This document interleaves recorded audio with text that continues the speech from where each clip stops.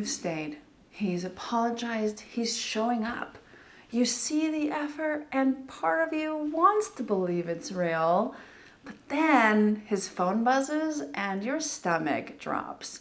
He says, "I love you," and you immediately wonder if he means it.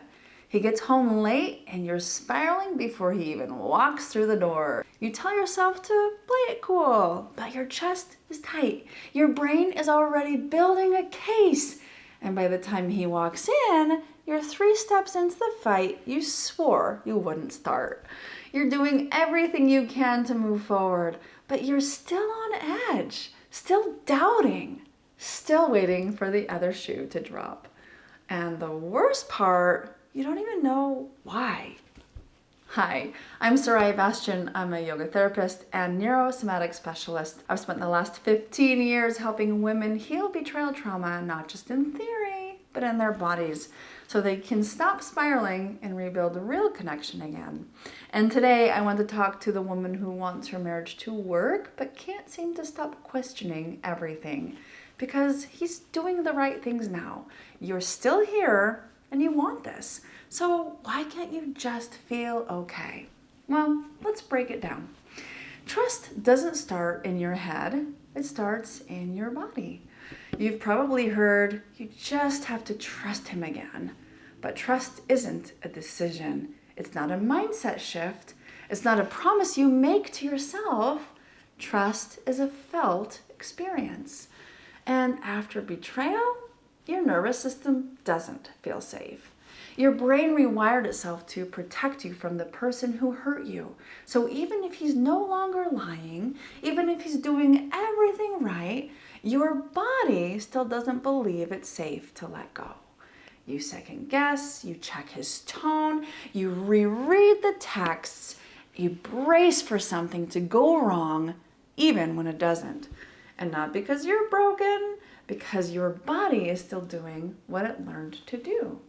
Protect you from pain. If this is already hitting home, make sure you click the like button and subscribe, because every week I share real tangible tools to help you stop spiraling and reconnect with the man you stayed to fight for.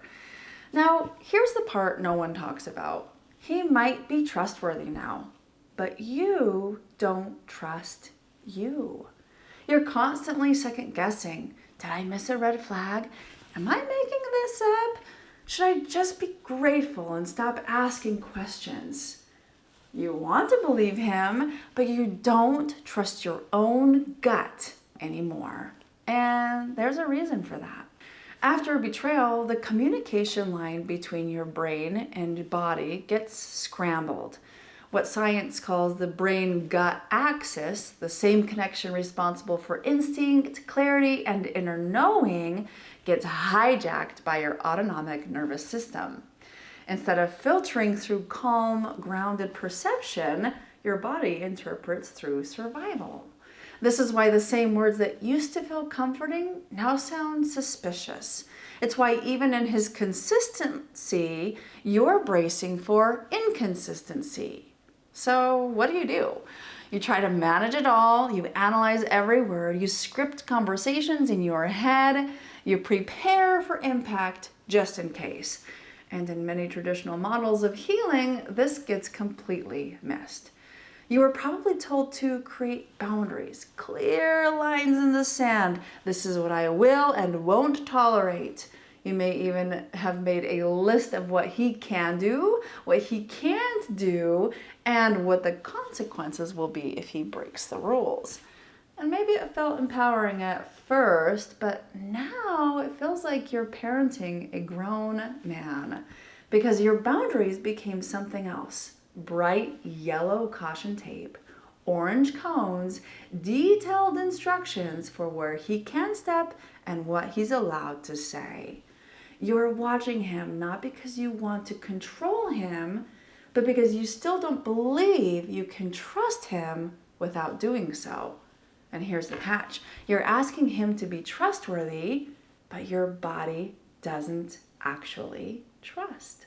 So even if he complies, it doesn't bring connection. It brings more pressure. And you start to wonder, if I have to babysit him to feel safe, Do I really feel safe at all? You become his manager, his emotional monitor. You stop relating like lovers and start relating like handler and liability. And deep down, you resent it because you didn't marry him to monitor him. You married him to love him. You're not broken for doing this. Your body just hasn't felt what safety actually feels like yet. And trust without safety isn't trust, it's performance. That's why even the right boundaries don't fix the disconnection, because trust isn't built through control, it's rebuilt through regulation. That's what most healing methods miss. Because even if your husband is doing all the right things, even if he's taking responsibility, showing up, being honest, it still won't land until your body feels safe again. That's what Beyond Breath helps you do. We don't just talk about your trauma, we retrain the way your nervous system responds to your partner. So instead of spiraling every time his tone changes, you can stay steady. Instead of needing constant proof, you start trusting your own intuition again. Instead of living in defense mode, you soften into real connection. This is what rebuilds trust, not through words, through healing. Imagine feeling grounded in your body while he walks through the door. Imagine trusting your gut again without needing to check his phone. If you're tired of questioning everything, even when he's trying, if you're ready to stop living on edge and start feeling secure in your marriage again, click the link in the description to get inside Beyond Breath.